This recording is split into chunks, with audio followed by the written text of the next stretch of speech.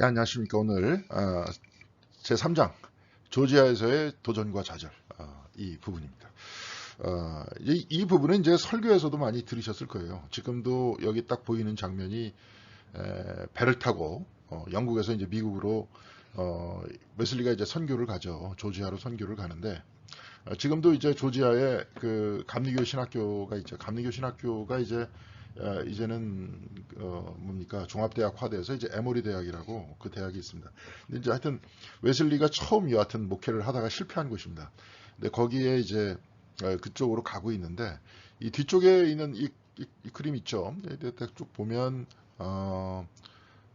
예, 여기에 있는 모든 사람들이 이제 굉장히 경건한 얼굴 표정과 여성들과 아이들까지도 다 찬송가를 부르면서 이야기를 하고 있는데 이제 여기 웨슬리의 모습이 있습니다. 웨슬리가 나름대로 이제 굉장히 죽음을 두려워하고 있었다. 자기는 이 부분에 대해서 그랬다. 그래서 막 천장에도 이렇게 비가 새고 있고 옆에서도 이제 막 바닷물이 들어오고 있는데 사람들은 전혀 개의치 않고 예배를 드렸다. 기도를 했다. 이제 이런 부분입니다. 여러분들 이제 모라비안이라고 그 이야기를 하는데 모라비안이 딴 게 아니라 이제 매일 제가 아침마다 여러분들한테 말씀을 보내주잖아요. 그 헤르문트 묵상이라고 그 사람들이 모라비안들이에요. 그러니까 이제 후스의 후예들입니다. 후스가 뭐냐면 누구냐면 루터가 종교개혁을 하기 전에 이미 종교개혁을 했었던 체코의 종교개혁자였다가 죽죠. 후스가. 그래서 후스를 따라 있던 사람들이 나중에 캐톨릭의 박해를 피해서 그쪽에 모였던 사람이 이제 독일로 갑니다. 진젠베르크. 가끔 이제 친젠베르크라 그래가지고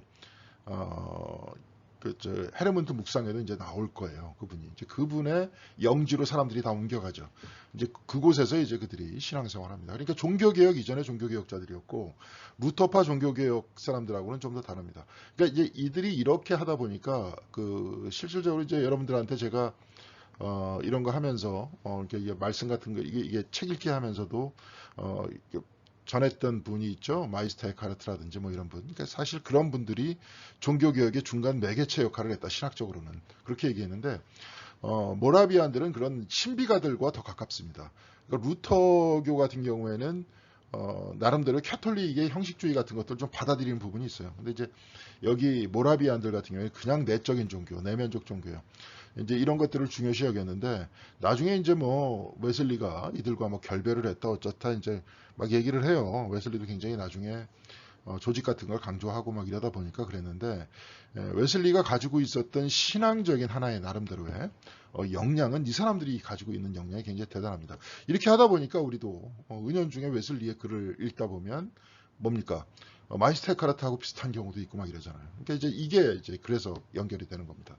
그런 영성이 연결이 되고 우리도 지금 에카르트를 읽고 모라비안의 헤르문트 묵상을 읽으면서 지금도 계속 신앙생활 하지 않습니까? 그리고 웨슬리도 이렇게 하고 있고. 그러니까 우리도 은연중에 그렇게 영향을 받는 그런 내적 종교를 중요시 여기는 우리의 삶이 되는 거고 그러면서 이제 이것이 결국은 웨슬리의 성화하고 또 만나서 우리 자신의 일상의 삶이 되어야 되는 거죠. 이제 계속 말씀을 드리지만 사실은 뭐 우리가 신앙생활을 한다고 무슨 밥이 나옵니까? 떡이 나옵니까? 그게 아니죠. 우리는 이 방식으로 살아나가는 겁니다. 근데 사실은 우리는 이 방식으로 살아나지를 못하고 거의 대부분 주일날 한번 나와서 예배 드리고 그렇죠. 여기서 친교하고 놀다가 죄송합니다. 논다 그래서. 근데 그렇게 많이 했잖아요. 그리고 교회도 하나의 어떤 클럽처럼 또 요즘에 막 되다 보니까 생활 공동체 형태로 되다 보니까 교회 와서는 그냥 사람들 만나서 노는 거. 그리고 나중에 하다 보니까 예배라는 것도 이제 나중에 그렇게 되죠. 교회에서도 뭐 야외 예배 같은 데 가면 아예 빨리 예배 시작하고 이제 메인 이벤트 시작합시다. 그러니까 예배는 하나의 어떤 형식적으로 앞에서 그냥 해주는 걸로. 그러니까 점점 교회 안에서도 이렇게 세속주의가 들어오면서 이런 형태가 되고 있는데 이제 다시 한번 우리가 우리 자신의 삶을 성찰하면서 우리가 어떻게 영적으로 그리스도 안에 살 것이냐. 영성 형성이라는 표현을 쓰죠. 스피리추얼 포메이션이라고 그러죠. 그죠? 어떻게 내 자신의 일상적 삶 속에서 그리스도인으로서 살아내겠고 결국은 모범 대신 그리스도를 따라서 같이 갈 것이고 전통에서는 어떻게 얘기를 했고 그것은 어떤 방식으로 수련해야지 좋다라고 얘기를 했느냐 이런 것들을 보면서 우리 삶으로 살아내야죠. 그냥 귀로만 그냥 말씀 듣고 그때 그런 얘기 있었지 이런 거보다 이제 그래야 됩니다. 이제 웨슬리도 사실 딱 그런 걸 가르쳤고요. 이제 우리도 이런 모든 것들을 다 읽으면서 그런 부분에 대해서 특별히 이런 영적인 삶에 대해서 생각을 하기 위해서 이렇게 모였고 그렇게 기도하는 것이다. 이런 것들을 염두에 두시고 생각해 보시면 좋을 것 같습니다. 예, 다음 페이지 보겠습니다. 이제 웨슬리가 처음에는 이 웨슬리 한마디로 선교사로 간 거잖아요. 선교사 조지아로 이제 학교를 졸업하고 아버지가 계신 그곳 거기서 이제 목회를 거기서 했었죠. 거기서 부목사 형태, 그러니까 부목사가 아니라 부제로 거기서 목회를 했었는데 아버지가 이제 물려주려고 그러죠. 웨슬리한테. 근데 웨슬리는 이제 그걸 잘 받지 않겠다. 자기는 오히려 지금 여기 있는 옥스포드의 삶이 더 잘 어울린다. 그러니까 옥스포드에서 신도회를 비슷하게 조직을 하는데 이제 그것이 신성 홀리 클럽이잖아요. 거기서 이제 좀 이따가도 나오겠지만 여기도 이제 나오네요. 근데 사실은 웨슬리가 이제 이 여행을 준비할 때도 그래요. 항해를 하기 전에. 그리고 또 홀리클럽 안에서도 이랬다는 거예요. 아침 4, 5시에 일어나가지고 4시부터 5시까지는 이제 개인 기도의 시간이 있었고요. 우리 새벽 기도 같이. 5시부터 7시까지는 성서와 성인들의 의미를 풀어쓴 논문을 읽어요. 그 전통에 대해서 이제 어떤 식의 글들이 나왔는지를 살펴보기 시작하는 거죠. 근데 이제 그것이 읽는 방식이 뭐 요즘에 아카데믹하게 읽어가지고 이것이 이제 누가 얘기한 거다, 맞다, 틀렸다 이런 식으로 접근하는 것이 아니라 전통 안에서 풀어쓴 논문이 결국은 성소와 성인들의 삶을 어떻게 이야기해 주는가를 보면서 내 마음에, 내 삶에 반영을 시켜서 나는 그러면 이걸 어떻게 살아내야 될 것인가 이렇게 했다는 거죠. 그리고 8시에는 공중기도를 했다는 겁니다. 같이 모여가지고 9시부터 12시까지는 독일어 공부를 했고 이제 거기서도 한 명이 이제 그리스어 공부를 했다. 이제 이렇게 얘기가 나와요. 그러니까 이렇게 규칙적으로 살았기 때문에 메소디스트다 이렇게 이야기를 했던 거죠. 거기서도 공부 열심히 한 겁니다. 또 나름대로 그것도 그냥 이게 뭐 무슨 그냥 학문적으로 그냥 어떤 지적으로 머리로만 향하는 기도가 아니라 삶에 대해서 이게 삶을 전체적으로 이제 살펴보는 그런 걸 했던 건데 이 삶이 이제 본인한테는 더 잘 맞았던 거예요. 그 안에서 이제 그 사람은 있기를 원했고 아버지가 그 에버처치를 그 교회를 물려주려고 했을 때 웨슬리는 이제 거기에 대해서 탐탁하게 저번 시간에도 이제 여러분들 책을 읽어보시면 알겠지만 탐탁하게 생각을 안 했던 거예요.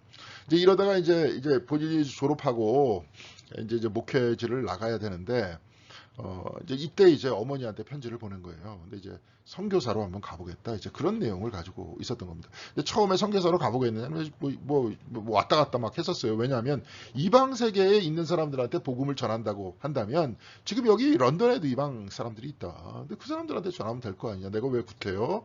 저기 멀리 있는 지금이야 뭐 미국이 서로 가고 싶어하는 그런 나라. 지금은 또 그렇지 않나요? 근데 여하튼간에 그때는 저기 있는 식민지에 저 오지에 내가 왜 가냐. 이제 그렇게 생각을 했었어요. 근데도 이제 이렇게 나름대로 결단을 했던 거죠. 결단이 뭐냐면 내가 왜 아메리카에 있는 이방인들을 향해서 가야 할까요? 영국에 있는 이방인에게는 모세와 예언자들이 있지만, 그러니까 지금 예언자들이 있다 이거예요. 예수님께서 그 뭡니까 죽은 나사로와 같이 죽었던 부자. 그때 얘기를 할 때 이제 말씀을 전해주실 때 그러죠. 그 부자가 저 밑에서 너무나도 괴로우니까 나로 하여금 잠깐 살아가지고 내 형제들한테 가서 너희들 절대로 그렇게 살지 마라. 그렇게 살면 이쪽으로 또 온다. 이쪽으로 온다. 그러니까 나사로와 같이 선하게 살아라. 그렇게 내가 전해줄게요. 이렇게 얘기하니까 예수님께서 모세도 있고 예언자들도 있었다. 그들의 말을 듣지 않으면 너희의 말도 듣지 않는다. 이제 그렇게 말씀하시죠. 근데 그러니까 웨슬리가 이제 그렇게 얘기하는 거예요. 영국에 있는 이방인들에게는 모세와 예언자들이 있지만 아메리카에 있는 이방인들에게는 모세와 예언자들이 없다. 그래서 영국에 있는 이방인들은 복음을 듣고 진지하게 응답하지 않는 반면이 아니라 반면 아메리카에 있는 이방인들은 복음을 듣고 복음을 짓밟아 버린다. 그러니까 이제 진지하게 듣고 응답하지 않더라도 이제 언젠가는 다시 결국은 그 모세와 예언자들과 같은 사람들 때문에 다시 주님께로 향할 수 있겠지만 여기 있는 사람들은 한번 듣고 이제 말게 되는 경우에는 이제 까먹죠. 우리도 그럴 위험에 있는 겁니다. 우리도 이제 새벽 기도 때마다 나와서 성경을 읽으시는 분들도 계시고 지금도 이제 성경 읽기 해가지고 시상도 합니다. 근데 좀 더 많은 분들이 읽었으면 좋겠어요. 성경을 읽고 기도하고 내 삶을 한번 이렇게 저녁 때 한번 웨슬리가 제레미 테일러를 통해 가지고 나중에 규칙들에 대해서 썼잖아요. 그러니까 그런 규칙에 맞춰서 거기서도 몇 개의 규칙을 교회에서 주면 뭐 제가 이제 저번 시간에도 한번 얘기했었잖아요. 내가 어떤 행동을 했었을 때 이 의도가 순수했던가 안 순수했던가 거기에 대해서도 자기 자신을 한번 살펴보고 몇 가지 자기 자신을 돌아볼 수 있는 질문들이 있지 않습니까? 그런 질문들에 해당하는 것만 쓰면 됩니다. 간단하게. 매일매일 써도 되고 사실 매일매일 써야죠. 매일매일 쓰면서 매일매일 자기를 돌아보고 예전에 이제 저기 노노에서도 이제 그런 얘기가 나오잖아요. 안회라는 사람이 자기도 하루에 3번 자기를 되돌아본다. 자기의 마음을. 이게 일종의 기독교식으로 얘기합니다. 기도죠. 기도하면서 성찰하는 거죠. 그렇죠?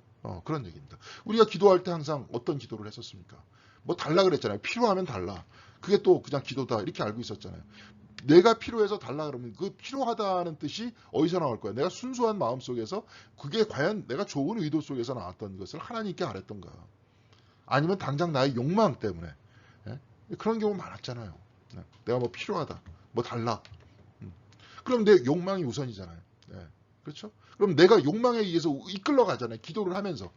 기도를 하게 되면 기도가 나를 돌아보면서 하나님과 가까워지고 하나님 나라를 향해서 나아가는 나의 신앙생활에 뭐라 그럴까요?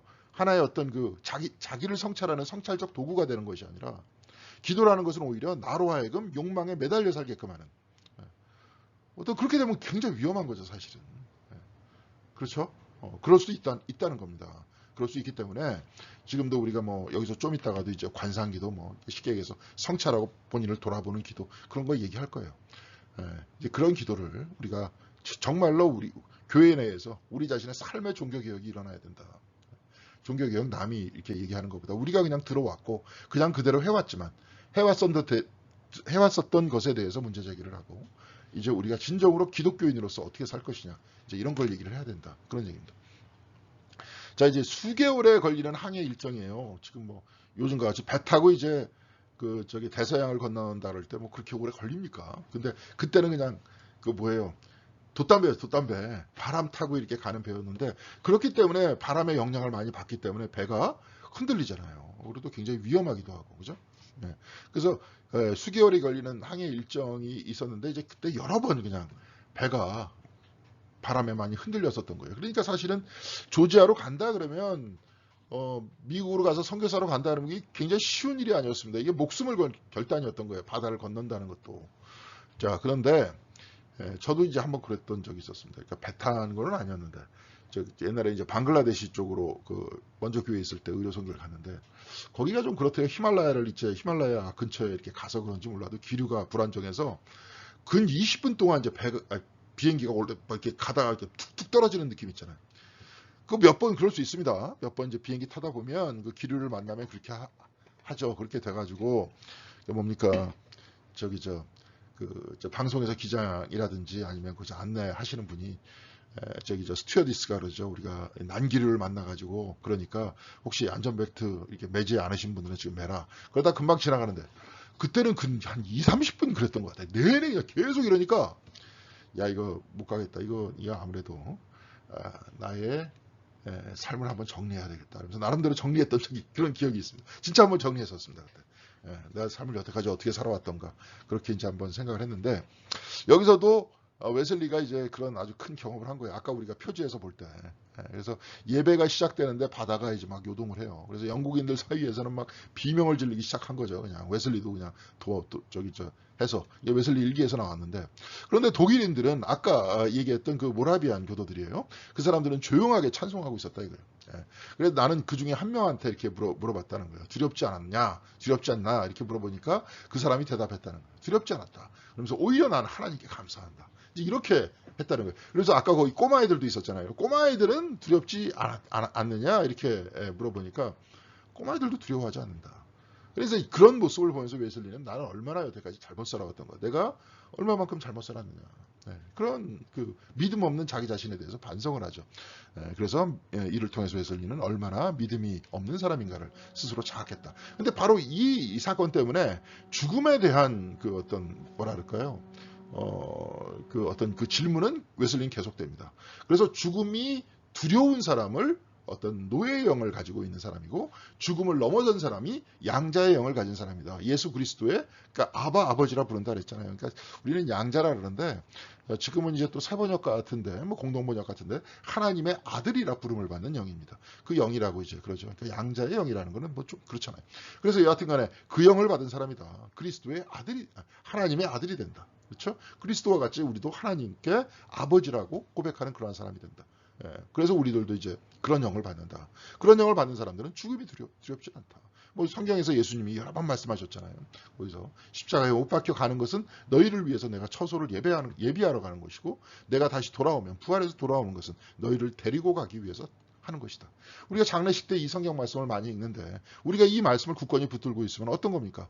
우리가 죽을 때, 그렇죠? 그리스도께서 우리를 데리고 오신다. 거기에 대한 확신을 가지고 있는 사람이 뭐예요? 아까는 양자의 영이 아니라, 양자의 영이 아니라 하나님의 아들됨의 영을 가진 사람이다. 이제 그런 얘기를 하죠. 근데 웨슬리도 그런 설교를 했다는데, 여기 이때 받은 그러한 충격, 어떤 죽음이 두려워서 막 떨고 있는데, 저쪽에서 죽음을 넘어선 사람들을 바라보면서 나는 율법적인 신앙생활을 하고 있었구나. 그렇지만 저들은 하나님의 아들됨의 영을 가지고 있는 사람이었구나. 라고 모라비안을 보면서 깨달았다. 이 말입니다. 자, 그런데 이제 죽음이라는 것들이 그러면 다 안 좋은 거냐? 꼭 그렇지는 않아요. 그러니까 사실은 죽음이라는 것들이 어떤 면에 있어서 이제 두려움이 되기도 하지만, 이런 것이 이제 뭐랄까요? 진정한 이제 신앙인으로 이게 나아가는 하나의 문이 되기도 해요. 근데 여기서 어떤 글을 썼냐면 1731년 1월 15일에 아픔과 죽음의 두려움이 없어진다면 어떤 동물도 충분히 생존할 수 없을 것이다. 예. 그러니까 두려움이 있기 때문에 이제 그 죽음에 대한 두려움이 있기 때문에 죽는 순간에 그대로 가지 않죠. 피하죠. 자기 생명체는 모두 다 뭘 가지고 있습니까? 생명 보존의 본능을 가지고 있잖아요. 예. 그러니까 이게 뭐냐면 죽음은 생명을 유지하고 지속시키는 데 있어서 놀랍고도 유용한 직관이라는 거예요. 죽음에 대한 두려움 때문에 우리가 그 직관을 가지고 살아나가면서 생명을 유지시킬 수 있다는 거죠. 예. 그렇죠? 이제 그런 부분이 이제 죽음이 우리들한테 주는 좋은 점이다. 이런 얘기입니다. 근데 이제 죽음이 두려운 이유에 대해서 나름대로 이제 그 사람이 썼어요. 세상적인 행복과 쾌락을 남기고 떠나가야 되기에. 근데 이제 세상에 별것이 없는 사람들은 그냥 가는 거죠. 근데 이제 돈이 많은 사람일수록 더 힘들겠죠. 그렇죠? 놀 것도 많고, 먹어야 될 것도 많고, 입어야 될 것도 많고, 누려야 될 것도 많은데, 이거 다 두고 가야 된다는 게 얼마나 안타깝습니까? 이제 그게 이제 첫 번째 이유고, 두 번째는 죽음이 가져올 아픔에 대한 두려움. 그러니까 갑자기 심장이 멎으면 여기 아프지 않을까? 아니면 뭐 병에 걸려가지고 죽는데 몸이 이제 아파지잖아요. 예, 불치병에 걸리면. 그래가지고 나중에 이제 암 같은 경우에도 말기다 그러면 뭐 몰핀 같은 걸 놔준다는데, 그 몸의 아픔이라든지 뭐 이런 모든 것에 대한 두려움이 있다. 다, 예, 같은 얘기, 다 아는 얘기죠. 셋째는 영원히 이 말, 그 지옥에 대한 두려움인 거예요. 저주에 대한 두려움. 이 세 가지의 두려움이 있다는 거죠. 이 세 가지의 두려움 때문에 여전히 두려운 사람은 뭐예요? 율법의 영을 가지고 있다. 율법적 삶을 살고 있는 것이다. 이런 얘기예요. 그런데 이제 이게 그 많은 그 연구자들에 의해서 이 죽음에 대해서 웨슬리가 두려워하면서 참작하고 막 글을 쓰고 막 이랬던 그 이야기들은 나중에 올더스 게이트 이후에는 그런 거 별로 없다. 그 이전에 나타났던 조지아 선교 때 나타났던 이야기들이다. 이런 얘기인데, 오늘 이 글을 쓴 그 분은 그렇지 않다는 거예요. 이건 웨슬리가 끊임없이 그 죽음에 대한 어떤 성찰과 그것을 극복하려는, 그것이 그리스도의 영을 받아서, 그렇죠? 성령을 받아서 하나님의 아들됨으로써 극복하려고 했던 것은 설교 내내 반복적으로 보여주고 있다. 그런 얘기예요. 그래서 조지아에서 돌아온 6년 후에 설교에 이런 설교가 있다는 겁니다. 기독교 신자는 머리카락 하나라도 하나님께서 세신받음을 알고 있기 때문에, 믿고 있는 게 아니라 믿음을 넘어서 지금 뭐예요? 알고 있다는 거예요. 안다는 거예요, 이제는. 그렇죠? 믿겨지지 않는 걸 지금 믿으려고 하는 게 아니라 이제는 안다는 거예요. 이제 안다는 게 뭐예요? 크게 믿는 거죠. 확신한다는 거겠죠. 그렇죠? 알고 있기 때문에 인간이 할 수 있는 것을 두려워하지 않는다. 그리스도는 죽음을 통해 죽음의 힘을 가진 자와 심지어 악마까지 부숨으로써 십자가의 죽음을 통해서 모든 것들을 다 부수셨다. 평생토록 죽음의 두려움을 통해 여전히 죽음의 노예가 된 이들을 구원하셨다. 바로 그리스도를 굳건히 붙들고 있을 때 우리는 뭐예요? 죽음을 넘어선다는 거 아닙니까?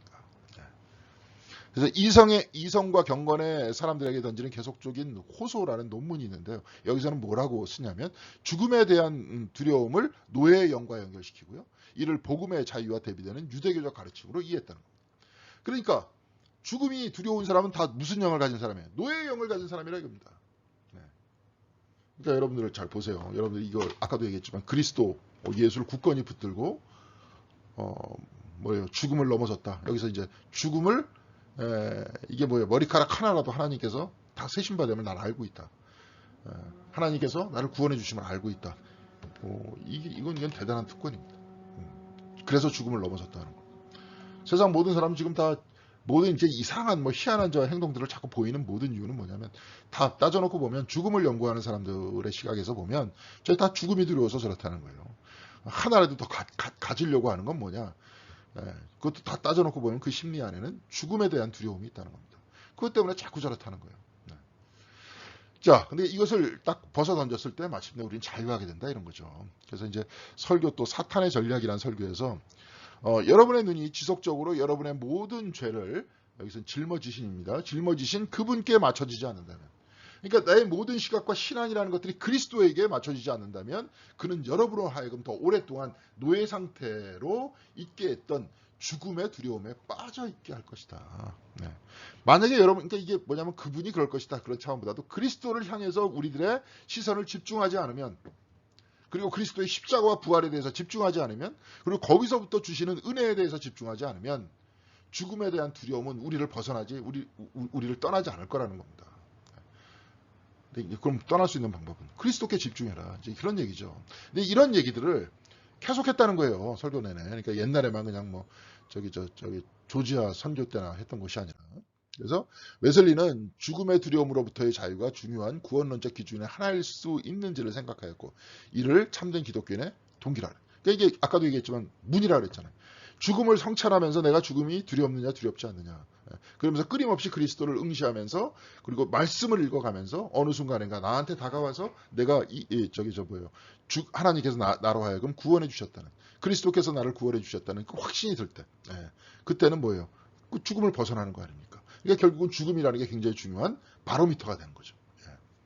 노년의 편지에서도 또 이렇게 썼다는 거예요. 그리스도인은 죽는 것을 두려워하지 않습니다. 당신은 죽는 것을 두려워하지 않나요? 당신은 두려움에서 벗어나 그리스도와 함께 있기를 원하나요? 이런 이제 편지를 썼다는 거예요. 그러니까 계속 내내 죽음에 대한 성찰들은 계속됐다. 그리고 그리스도 안에서 그리스도와 함께 구원받는다는 확신은 죽음을 넘어서는 것이다. 이제 이런 이야기를 했다는 겁니다. 그래서 이제 조지아에서 이게 저 웨슬리가 영향을 받은 사람에 대해서 얘기하는데 스판겐베르크라는 사람을 만납니다. 모라비안을 만나는데 그 사람이 이제 그렇게 물어봐요. 당신은 웨슬리가 제대로 답변하지 못했던 얘기. 당신은 자신을 아십니까? 라는 질문과 그분이 당신을 구해 주셨음을 알고 계십니까? 그러니까 예수 그리스도가 구원자라는 걸 알고 있습니까? 그런 대답해요. 객관적으로는. 그렇지만 객관적인 얘기가 아니라 나에 대한 이야기로 얘기할 때는 대답을 못하는 거죠. 여러분들도 마찬가지예요. 여러분들이 딴 사람들은 아니야. 생물학적으로 쫙쫙쫙 얘기가 나오겠죠. 공부 좀 많이 하신 분들은.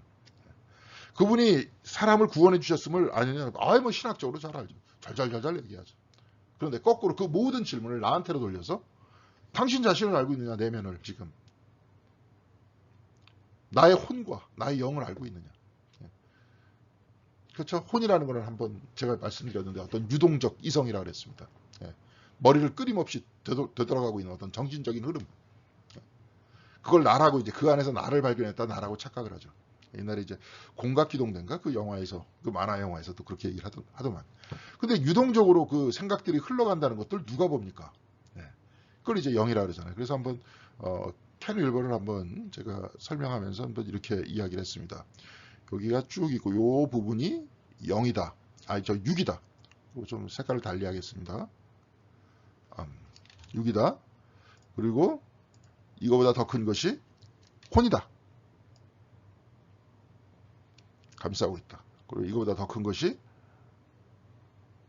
0이다. 0이다. 0. 그렇죠. 0이 혼을 감싸면서 아까도 얘기했지만 혼이라는 건 뭐라 그랬습니까? 유동적 지성이라 그랬죠. 머리 육체 사이에서 뉴런과 뉴런에 의해서 움직여지는 모든 것들. 그러니까 이게 생각들이에요. 여러분들 침묵기도 해보시면 알 거예요. 끊임없이 생각들이 막 유동하고 있을 겁니다. 그것들을 누가 성찰하면서 봅니까? 내가 생각들이 계속 유동하고 있다는 걸 어떻게 알아요? 이 안에 내가 한 덩어리로 있으면. 한 덩어리로 있을 때 진짜 모르죠. 그러니까 정신이 없는 거예요. 근데 침묵기도 할 때는 드러나죠. 생각 안 했으면 좋겠는데 계속 얘가 돌고 있잖아요. 그렇죠? 얘가 계속 돌고 있는 겁니다. 이렇게. 이걸 보죠. 예. 그러면서 영에 머물러 있는 거예요. 한마디로 침묵기도라는 건 여기에 머물러 있는 겁니다. 여기에 머물러 있으면서 흐름을 보고 있는 겁니다. 육체와 혼의 흐름을 보고 있는 거예요. 그러면서 사실은 영이 내가 무슨 생각을 하든 어떤 생각에 유동에 있든 있는 그대로 다 품고 받아들이고 있잖아요. 영적 인간이 되자는 겁니다. 이게 뭐냐? 기독교적으로는 성서 안에서는 하나님의 형상 이렇게 얘기할 수 있는 거죠. 그렇죠? 예. 하나님께서도 우리 모두를 품고 있으면서 전체 우주를 품고 있으면서 우리 자신에 대해서 있는 그대로 받아들이시고 계시잖아요. 그 분에 대한 확신과 또 그분께서 스스로 인간이 되어서 우리를 위해서 희생하셨다. 이 부분은 하나님의 영역과 인간의 영역이 완전히 다른데 뚫고 들어와서 우리 모두를 품고 사랑해 주셨다, 품어주셨다 하는 것에 대한 확신이 있을 때 죽음을 이겨낼 수 있다. 이제 그런 얘기죠. 그러니까 웨슬리도 그런 얘기예요. 당신 자신을 아느냐, 당신을 구원해 주셨으면 아느냐. 우리도 마찬가지입니다. 이렇게 돼 있는데 우리를 구원해 주셨으면 아느냐.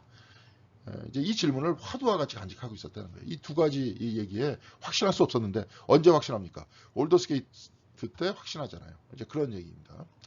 이제 그러면서 이제 웨슬리는 이 안에서 또 조지아에서 뭐 그런 성과는 있었어요. 다 실패한 게 아니고 아른트의 참된 기독교를 읽고 이제 이걸 굉장히 깊은 감동을 받아서 영어로 번역한 후에 영국에 있는 이제 여왕학에 나중에 헌정을 하는데요. 참된 기독교에서는 이제 세 가지의 측면을 웨슬리는 배웠다 이겁니다. 여기서 이제 구원론적 주제라는 건 뭐냐?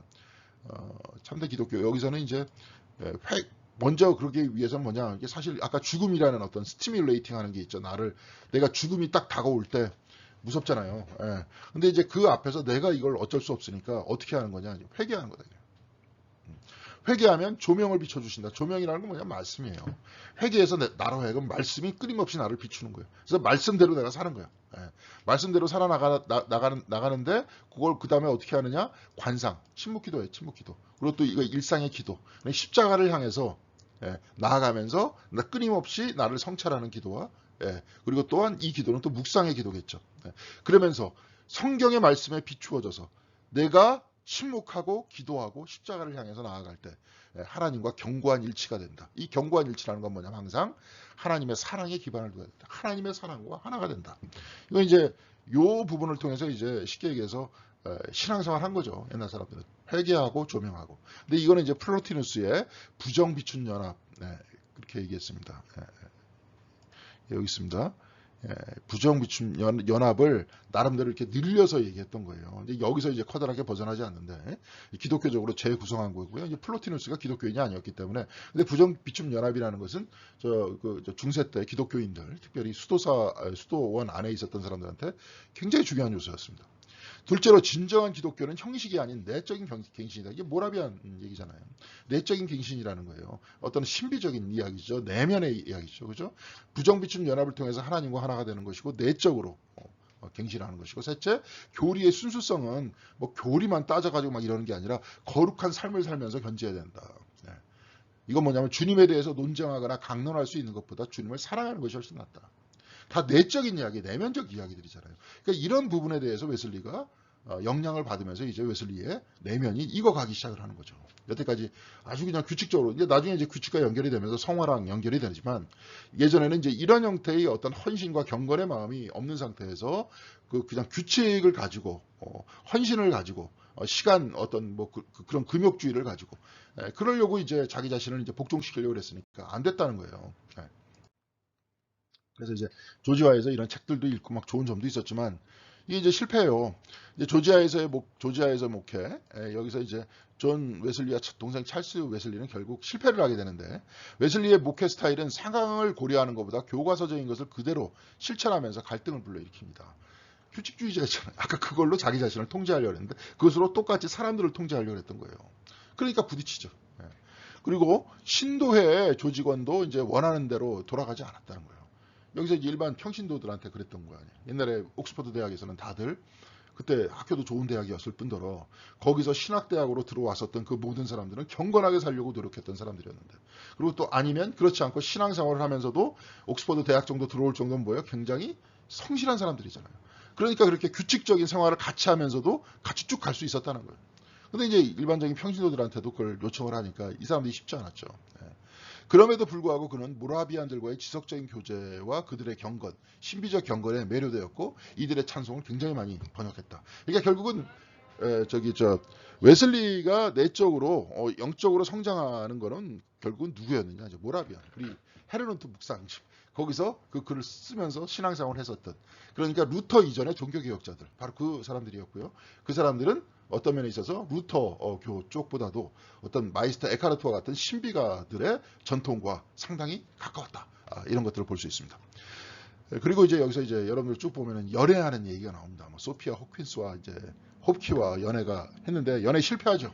웨슬리가.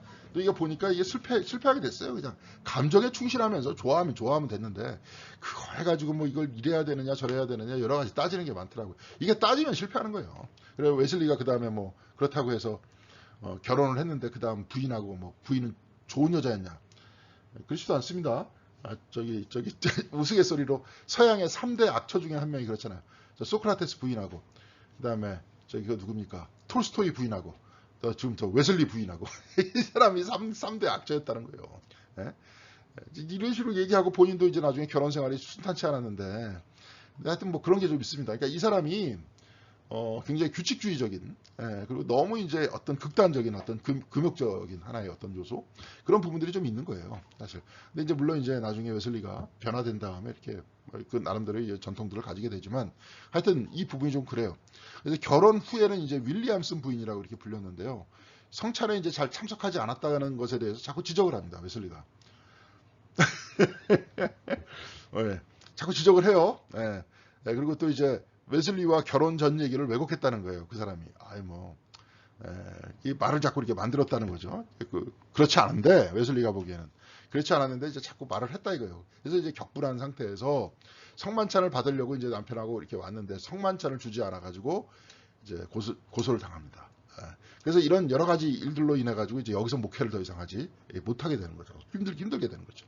그러니까 이제 고지고대로 하고 막 이랬었던 거예요. 그러니까 이제 웨슬리가 나중에 돌아와서 내가 이제 왜 도대체 목회에 실패했는가, 여기에 대해서 이제 나름대로 자기를 평가합니다. 그러니까 이게 이제 철저했던 사람이에요, 나름대로는. 이건 뭐냐면 불신앙이다. 내가 궁극적으로 아까 이게 물어봤잖아요. 모라비안 쪽에 있는 사람이 당신은 나 자신에 대해서 알고, 당신 자신에 대해서 알고 있느냐, 예수께서 당신을 구원해 주셨다는 것을 알고 있느냐, 그 부분에 대해서는 확실하게 대답하지 못했다는 거 아니에요. 두 번째는 교만이에요. 본인도 이제 학벌도 좋고 학교에서 가르치기도 했었고, 그리고 이제 본인이 했었던 모든 방식을 사람들한테 강제로 적용시키려고 했다는 거죠. 이제 망각이 있었다는 거예요. 이 망각이라는 게 뭐냐면 폭풍 가운데서는 하나님께 부르짖었다. 내가 삶이 어려울 때는 하나님께는 부르짖었으나 그 폭풍이 다 지나갈 때는 아주 이게 그걸 또 망각하고 또 이제 굉장히 또 그렇게 살았다. 우리 대부분 그렇잖아요. 간절할 때는 하나님께 기도하다가 그렇지 않을 때 기도 생활 잘 안 하잖아요. 그럴 때는 그런 이야기입니다. 자신의 경솔함과 방만함. 그러니까 부담이 걷어지면 또 비슷한 얘기예요. 망각하고 부담이 걷어지면 게을러지고 경솔해진다. 그리고 가르칠 때는 사람들을 마치 원수를 대하듯이 막 가르친다. 알지도 못하면서 왜 그러느냐 하면서 막 그렇게 가르친다는 거예요. 이런 부분들이 나한테 있었다. 이제 그런 얘기고요. 이렇게 딱 있다 보니까 웨슬리는 이제 이런 기도를 하죠. 제게 이제 겸손의 영을 주십시오. 그렇지 않으면 제 영혼이 너무나도 힘이 듭니다. 그러면서 이제 계속 겸손해지려고 기도를 하죠. 그래서 나는 불순종과 순종 사이를 왔다 갔다 합니다. 지금 주님께 완전히 나를 내려놓고 사람들 앞에서도 겸손해지려고 노력하는 그런 부분도 있지만 또다시 이제 나의 에고죠. 다시 이렇게 올라와가지고 또 뭐 보면 이제 막 시원치 않고 막 뭐 이렇게 됐다는 거예요. 그리고는 지속적으로 내가 옳은지 그른지를 놓고 의심하면서 당혹감과 복잡한 구조에 빠져 순종할 마음도 여력도 열정도 갖고 있지 못하다는 거예요. 그렇게. 그러니까 이제 이러면서 나중에 올더스 게이트에서 주님과 만남을 가지면서 그게 과거에 가지고 있었던 이성적인 규칙들이 나를 움직이지 못한다는 것들을 알게 되는 거죠. 그러면서 이제 은총과 은혜라는 것들이 얼마나 나를 움직일 수 있는 것이냐. 그래서 결국은 모라비안들이 저런 신앙생활을 하는 것들은 결국 하나님의 은총 때문이다 하는 것을 알게 되는 겁니다. 그래서 이제 그것도 결국은 모라비안들의 어떤 모임, 올더스 게이트에서 모라비안 교회에서 모라비안들의 모임에 같이 참석했다가 은혜를 받습니다. 이게 굉장히 중요한 부분이에요. 그러니까 모라비안들, 그리고 그러니까 후스의 후에 그러면서 그들이 어떤 종교개혁 이전의 종교개혁자들, 그러면서 신비가들과 굉장히 가까웠었던 내면의 종교를 가진 사람들. 이거 굉장히 중요한 요소니까 우리 기억해야 됩니다. 그러니까 웨슬리도 굉장히 강력하게 영향을 거기서 받았다 하는 얘기예요. 그러니까 이제 웨슬리 얘기하다 보면은 자연스럽게 영성을 얘기하게 되고요. 신비가의 얘기를 할 수 있게 되고요. 나중에 웨슬리가 이제 모라비안 교도와는 달리 그들이 가지고 있었던 기본적인 영성적 전통들이 있었잖아요. 켈트 영성이 있죠. 나중에 한번 그 요소들을 한번 찾으러 영국을 한번 가봤으면 좋겠습니다. 자, 웨슬리의 기본적인 감리교적 성실성은 그대로 또 유지됐었어요. 그러니까 사실 그 사람이 거기서 불성실했던 게 아니에요. 굉장히 성실했어요. 모범적으로 그리스도인의 삶을 살고자 굉장히 노력했고요. 마음에 의도한 정도로 거룩함을 실현하고자 했고요. 그렇지만 그의 수고가 지속적으로 수포로 돌아가요. 그 이야기는 뭐냐면 여기서 굉장히 중요한 얘기입니다. 여기 딱 이걸 칠게요. 요거. 이성과 규칙과 결단으로 마음의 성정뿐 아니라 자신의 영적 삶을 다 다스리려고 했다는 거예요. 이성과 규칙과 결단. 뭘로 다스려야 돼요? 나중에 은총으로 다스리면서 은총적 삶을 내가 구체적으로 어떻게 살아나가야 될 것인가? 거기에 대해서 이성과 규칙과 결단이 필요하다는 거죠. 그래서 이렇게 뭐예요? 우리가 그걸 딱 순서를 정하자면 제 1번이 뭡니까? 1번이 칭의입니다. 칭의는 뭐에 의해서 나와요? 하나님께서 값없이 주시는 은총으로 말미암아 이루어지죠. 그런 다음에 두 번째 성화가 있어야 된다.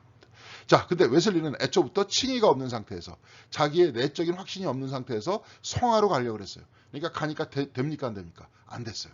그래서 순서를 정한 겁니다. 처음에 그래서 올더스게이트에서의 칭의와 그 다음에 나중에 성화를 통해서 하나님께 나아가는 영적인 삶을 살기 시작했다는 것들을 보여주고 있습니다. 자, 다음 시간에 올더스게이트의 사건을 한번 볼 수 있도록 그렇게 하겠습니다. 여러분들 수고하셨고요. 뭐 나름대로 이렇게 어렵지 않죠. 어렵지 않은 얘기들을 술술 읽어가면서 재밌게 갈 수 있도록 그렇게 하겠습니다. 여러분들 수고하셨습니다. 감사합니다.